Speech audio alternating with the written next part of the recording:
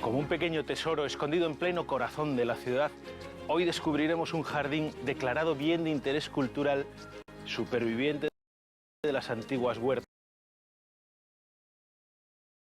de la ciudad de Valencia.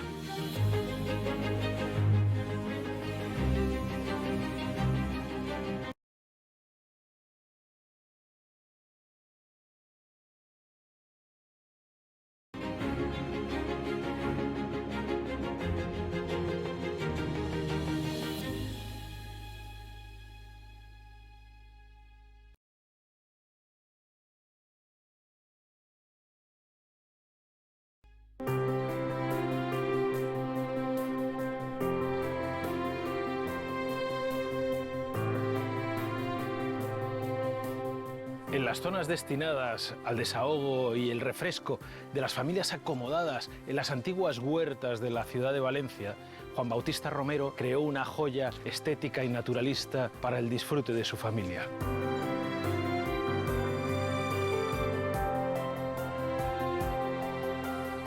En este lugar planificó meticulosamente en cada paso, en cada rincón, atraer nuestra mirada y conseguir, a través de numerosas sorpresas, abstraernos del bullicio que le rodea.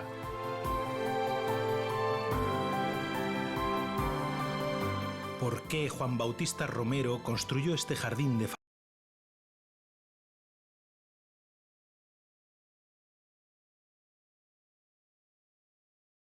fantasía en una tierra tan fértil y productiva que normalmente habría sido dedicada a cultivo? ¿Cómo consiguió transformar una humilde huerta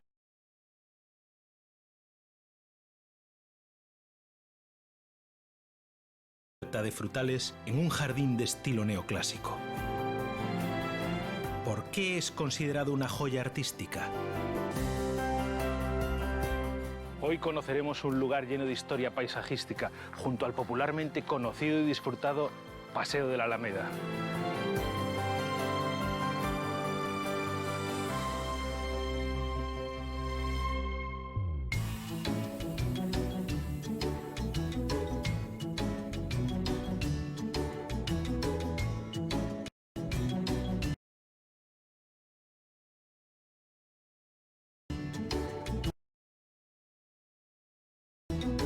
Hoy visitaremos un jardín dentro de las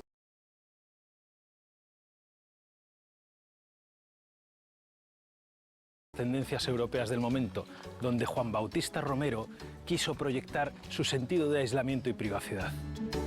Los jardines de Monforte están situados en la parte este de la ciudad de Valencia. En su trazado destacan varias zonas: el Parterre de Boj, el Jardín Romántico, la Rosaleda, la Montañita y la última ampliación del jardín.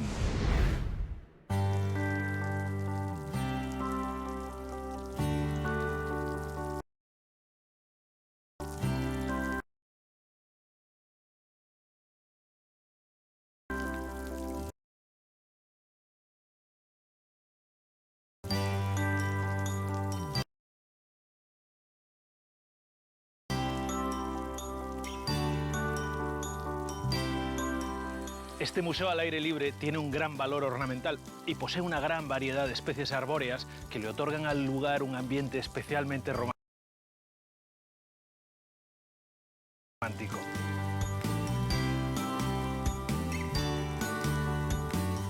En este primer espacio nos encontramos entre bustos de mármol de filósofos, dioses y poetas, una puerta clásica que te invita a entrar.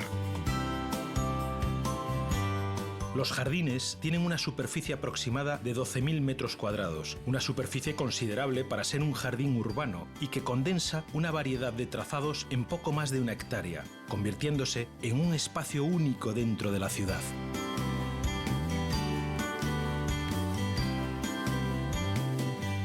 Lo que conocemos como la Huerta Valenciana tiene su origen en la ocupación romana y se desarrolla en la Edad Media, durante el periodo islámico, con la creación de una importante infraestructura fluvial.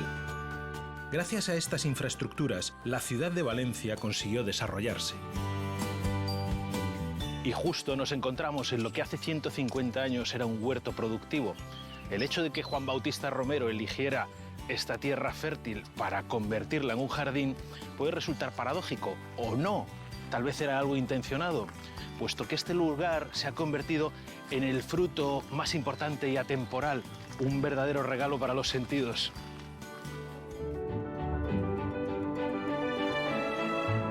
Estos jardines de estilo neoclásico encuentran su inspiración en las villas renacentistas italianas, como Villa d'Este en Tívoli y los Boboli en Florencia, pero evidentemente en otra escala. El jardín está totalmente cerrado gracias a un muro perimetral, y en su interior se yuxtaponen las formas geométricas de los jardines clásicos y las libres y naturales del paisajismo inglés.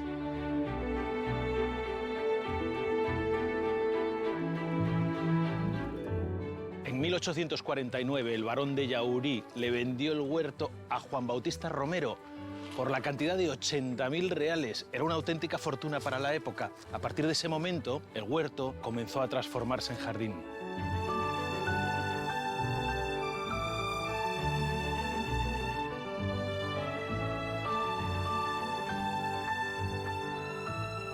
El autor del jardín y de su palacete fue el arquitecto Sebastián Monleón Estellés, que años más tarde fue conocido por obras como la Plaza de Toros de la ciudad y el diseño de la estufa tropical del Jardín Botánico de la Universidad de Valencia. Juan Bautista Romero no solo fue uno de sus clientes más importantes, a lo largo de su vida también les unió una estrecha amistad. La relación entre ambos comenzó cuando el empresario le encargó al arquitecto un panteón para enterrar a su último hijo. Fue el primer panteón construido en mármol de la ciudad de Valencia.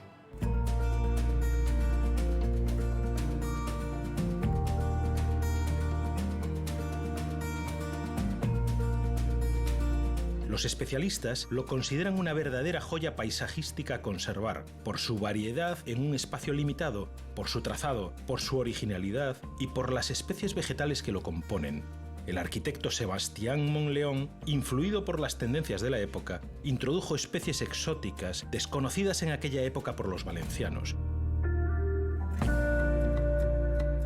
Actualmente, los jardines de Monforte tienen más de 50 especies de árboles. Hay pinos piñoneros, magnolios, olivos centenarios y, sobre todo, ciprés común, con más de 200 ejemplares.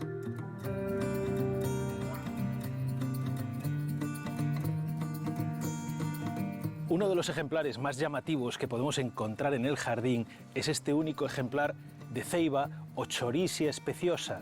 A mí me encanta, pero cuidado, peligro no tocar. Originario de América del Sur, también es conocido como árbol de la lana por su fruto que contiene en su interior semillas algodonosas. Ese material es usado para rellenar colchones, almohadas y muebles. Y entre todos los ejemplares que podemos encontrar aquí, destaca un árbol como el más viejo de Valencia, el ginkgo biloba. Este es uno de los 2 ginkgo biloba de gran porte que tiene el jardín, aproximadamente de unos 160 años. Esta es una especie vegetal casi prehistórica, puede llegar hasta los 1500 años aproximadamente y tiene una resistencia brutal. Es capaz de resistir en terrenos con pocos nutrientes, con mucha sombra, ¿no? Umbríos, y además tiene una característica fundamental que es tremendamente resistente a los hongos, a las bacterias, a los virus. Esto lo convierte en un árbol extraordinariamente duro. Este árbol ha sido fuente de inspiración de muchos artistas y pensadores de diferentes épocas. El ejemplo más famoso es el del poeta romántico Goethe, que dedicó a su amante un poema titulado Ginkgo biloba.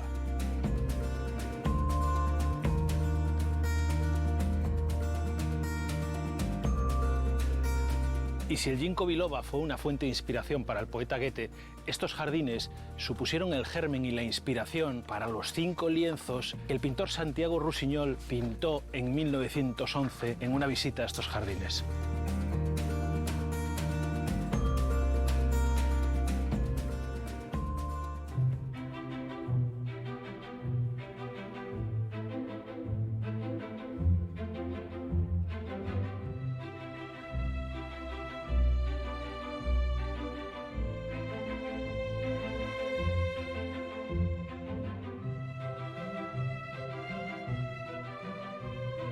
Seguimos en la zona antigua o de los continentes. Están definidos por estos setos altos de bugambillas, de cipreses. Muy interesante porque tenemos unos cuadros de setos, en este caso de boneteros, de mirtos, con un trazado geométrico bastante puro que lo acerca al estilo neoclásico. Fijaos qué interesante cómo van descendiendo, en este caso hacia la escultura del continente y en ese otro hacia ese precioso Taxus baccata o tejo común.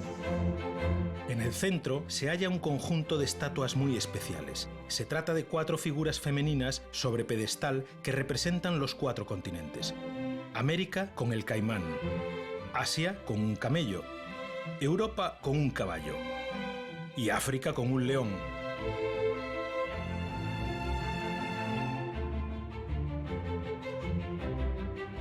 Y es que Juan Bautista Romero viajó mucho a lo largo de su vida. Fue un hombre hecho a sí mismo, un industrial textil que generó su fortuna a partir del comercio con la seda. A partir de la muerte de su hijo mayor se produjo un cambio, puesto que ya habían perdido 2 niños antes de llegar a la edad adulta, y fue entonces cuando decidieron construir este jardín como distracción y de algún modo para olvidarse.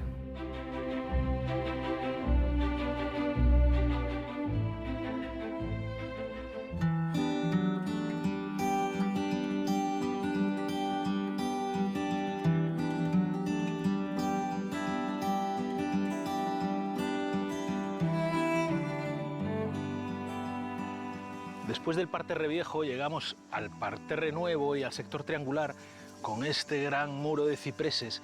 Allí en el centro tenemos la estatua de Flora. La estatua de Flora está rodeada de cuadros de cipreses, mirtos, en forma de setos pequeñitos, así como bajos. Una de las estatuas más llamativas es la de Mercurio, el dios de los mensajeros, viajeros y del comercio, y en el que podemos identificar al propio Juan Bautista Romero.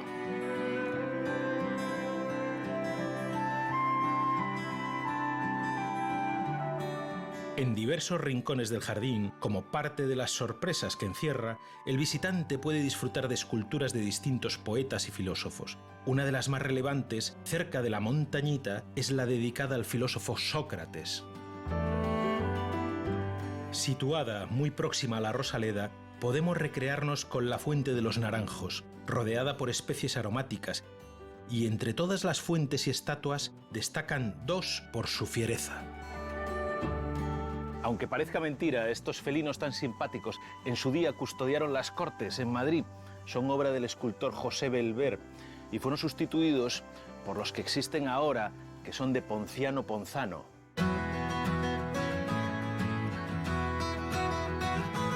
José Belver hizo por encargo las 2 figuras para el Palacio de las Cortes, inaugurado en 1850, pero su tamaño generó protestas. Apenas miden 90 centímetros de alto y 140 de largo, en contraste con las actuales de la fachada del Congreso de los Diputados, que miden más de 2 metros de altura.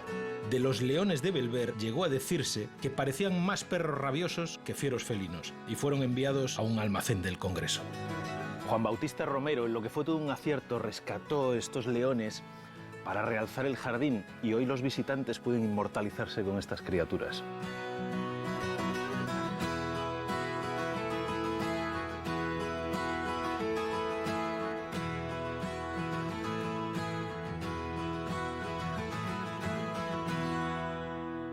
Bueno, ¿qué hace una chica como tú en un sitio como este?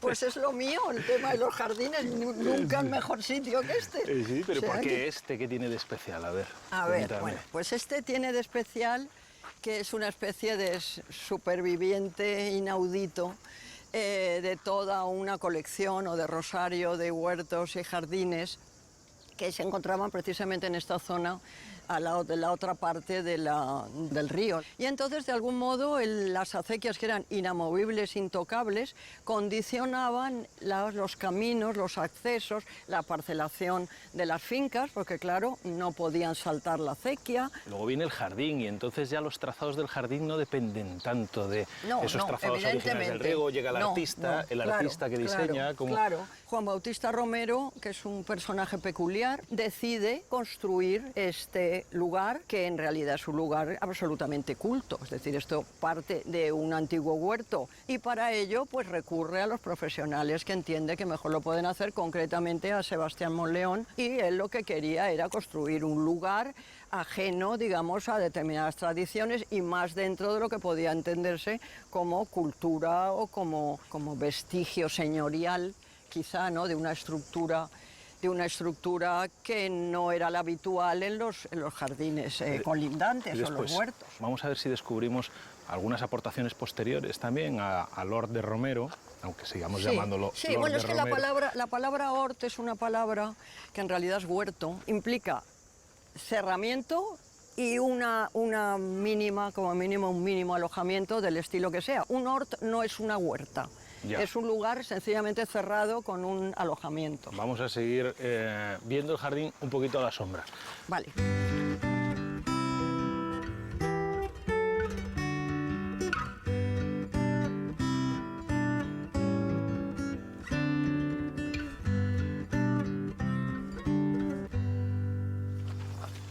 Yo lo que quiero que me cuentes es, desde el punto de vista de una paisajista que trabaja, un poco cómo son los trazados, la composición de las zonas del jardín. Precisamente en ese aspecto se combina muy bien lo que es la naturaleza con el arte, ¿no? Se responde también muy bien a lo que es el planteamiento clásico de que la naturaleza no debía de verse agobiada por el planteamiento artístico, sino verdaderamente predominar. Y aquí de algún modo se consigue, pese a que existe mucha estatuaria, sin embargo lo que predomina y la emoción que predomina es la de la contemplación de la naturaleza hecha arte, ¿no? Con toda esta colección de planteamientos formales. Bueno, yo me acabo de sacar el máster en paisajismo del siglo XIX por Pilar Inchausti. No, hombre, no muchas digas eso, gracias. no digas eso.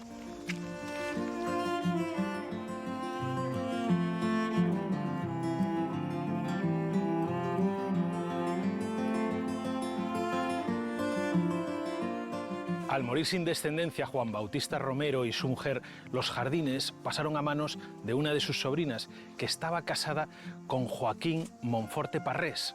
A partir de ese momento, los jardines comenzaron a llamarse Jardines de Monforte.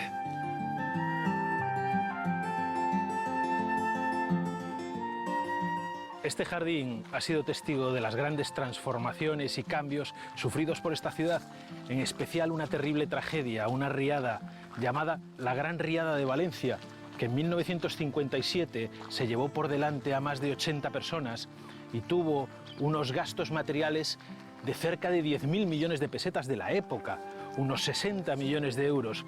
Entonces, la ciudad decidió trasladar el cauce del río Turia hacia las afueras de la ciudad y convertir el antiguo cauce en lo que hoy es el Jardín del Turia.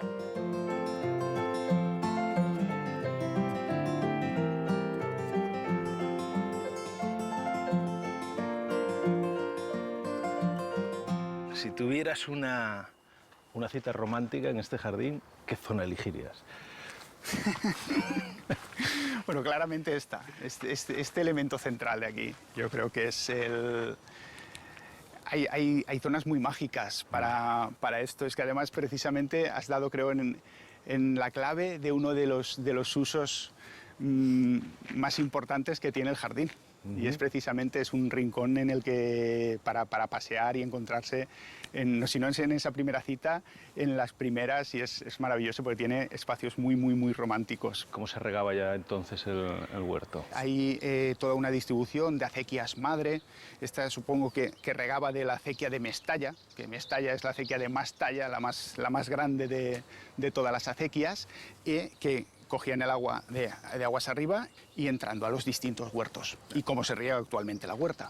Esto era una zona de huertas, pero han ido quedando pocas, casi ninguna, ¿no? Incluso convertida en jardín, ya prácticamente creo que solo esta, ¿no? Ahora mismo no hay huertas, sí que hay jardines, pero privados solamente queda este, y más con la importancia del jardín de Monforte. Privado hasta que lo adquirió el Ayuntamiento de Valencia a través de una permuta en el año 71, porque ya era un jardín que había sido protegido en el 41, de reconocido prestigio, y se estimó oportuno recuperarlo para la ciudad. ¿Tú qué prefieres, que estén amurallados, que exista el cierre, o qué no. Tenemos muchos jardines cerrados, no tan íntimos como este, hay otros que son parques públicos concebidos como jardín cerrado, pero te permite unos usos diferentes y es necesario ese juego entre espacios abiertos y espacios cerrados. Este espacio tan romántico, lo que se lo da ese romanticismo es precisamente el ser un espacio tan concreto, tan concluso, tan íntimo, ¿no? Vamos a otro sitio todavía más íntimo.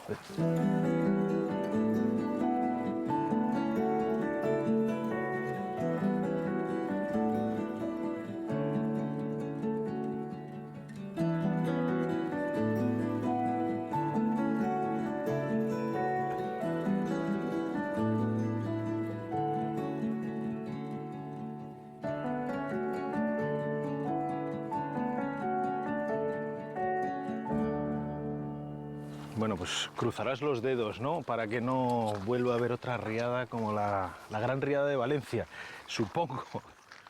Bueno, los cruzo porque, sobre todo, si se produjera ya esta sería grande, no, grandísima, porque se desvió precisamente el Turia para evitar que se volviera a producir una riada como la que se produjo en el 57. Con el paso del tiempo, ¿no?, se han ido incorporando zonas al jardín también. Se incorporó, cuando se hizo público, se incorporó una zona que además cambió el acceso del jardín, que el acceso original es por el Palacete, que por ser la zona, por ser un acceso y estar donde está un acceso secundario, no ser el acceso principal desde el Palacete, no ha permitido a los usuarios entender el jardín como fue concebido por su autor. La clave de uno de los factores más importantes o mejor resueltos que tiene el jardín es precisamente el que es una sucesión de escenas que las vas recorriendo y no te das cuenta, vas pasando de una forma a otra, de una zona a otra de una forma muy orgánica. Bueno, pues vamos a descubrir esas transiciones, ¿no?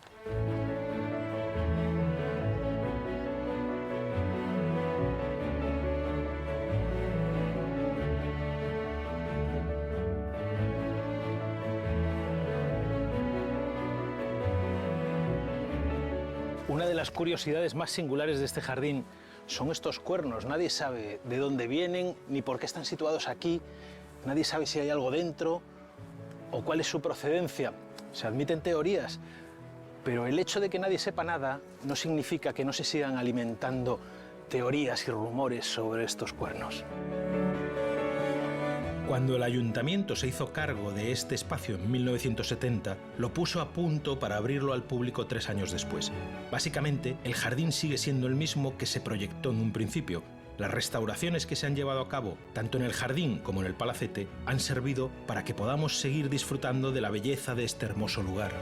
Uno de los elementos protagonistas de la zona romántica es el Gran Estanque, que mide más de 20 metros de diámetro.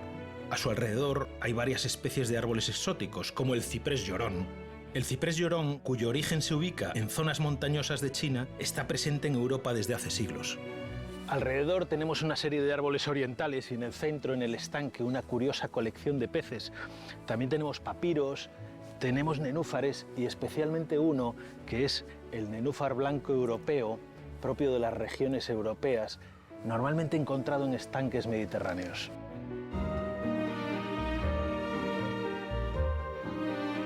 Una ninfa de la diosa Diana, protectora de la naturaleza, fue atravesada por una flecha de Cupido. La ninfa sintió una pasión desconocida y para evitar semejante sufrimiento se lanzó al agua. Pero la diosa Diana lo impidió, logrando que flotara y convirtiéndola en una flor de un nenúfar. Desde ese momento, las ninfas no temen a las flechas de Cupido, porque el nenúfar las protege. Es el antídoto contra los ataques de amor. De hecho, se le atribuyen propiedades medicinales como calmante y antiafrodisíaco, aunque su cultivo suele ser puramente ornamental. Bueno, Pilar, yo quiero conocer tu punto de vista, porque estoy un poco confundido. A ver, que si, vámonos por aquí, que si neoclásico, que si no neoclásico, que si barroco, que si no barroco, que si italiano, que si francés. Entonces, ¿cuál es tu punto de vista? Cuéntame sobre este jardín. Bueno, mira, para mí, Lord de Romero o Jardín de Monforte es un jardín de estilo neoclásico. Es una vuelta a la jardinería de la Roma clásica, pero también es cierto que el Renacimiento ya ha pasado en los siglos XV y XVI.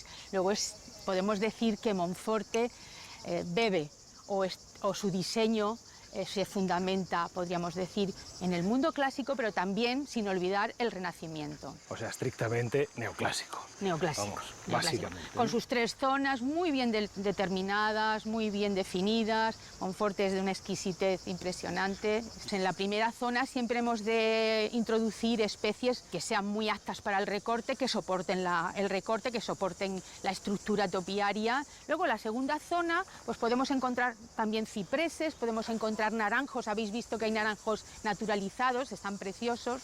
Y la tercera zona, la del bosquete, mira, estamos ya en el siglo XIX. En el siglo XIX se enamora la gente de la botánica, entonces se introducen especies traídas... Exóticas. Claro, exóticas para nosotros y traídas de aquellas. Mira, tenemos una serie de árboles que son traídos de Asia, de América, y son introducidos ya en el neoclasicismo. O sea, ya no se guarda referencia a las especies solamente mediterráneas o muy adaptadas, sino que se traen... Sí, que se amplía el registro. Se amplía el registro, efectivamente. Vamos a ir a la zona de los cipreses y me sigues contando, Sí. ¿de acuerdo? Por aquí.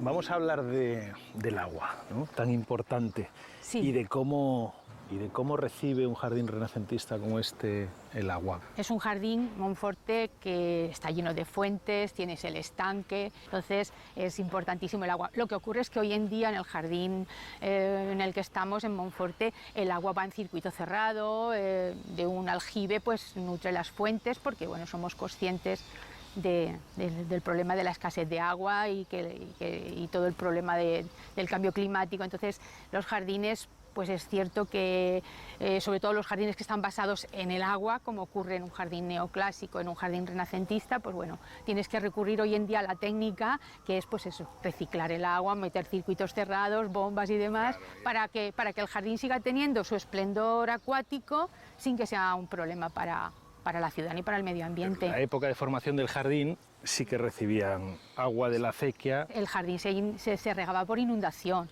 por el riego a manta. Hoy en día no, hoy en día es aspersión o goteo. Pero sí, claro, de las acequias principales salían acequias secundarias. Pues enséñame alguna acequia de estas pequeñitas.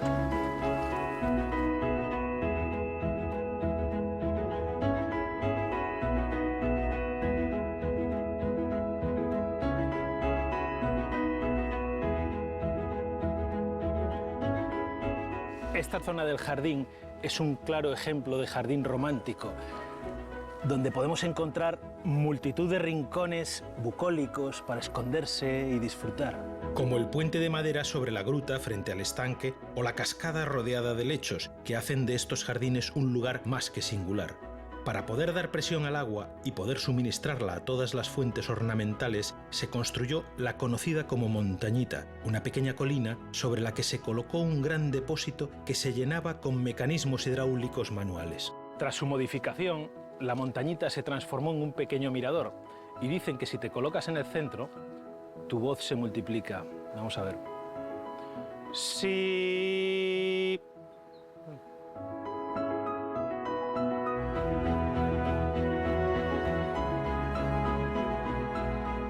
Los jardines son una grata sorpresa en medio del desarrollo urbanístico de la ciudad. Un capricho único declarado bien de interés cultural, reconocimiento cuyo objetivo principal es la protección de jardines históricos y que nos recuerda la necesidad de crear conciencia en el cuidado del entorno más cercano y de preservar nuestro patrimonio histórico vegetal.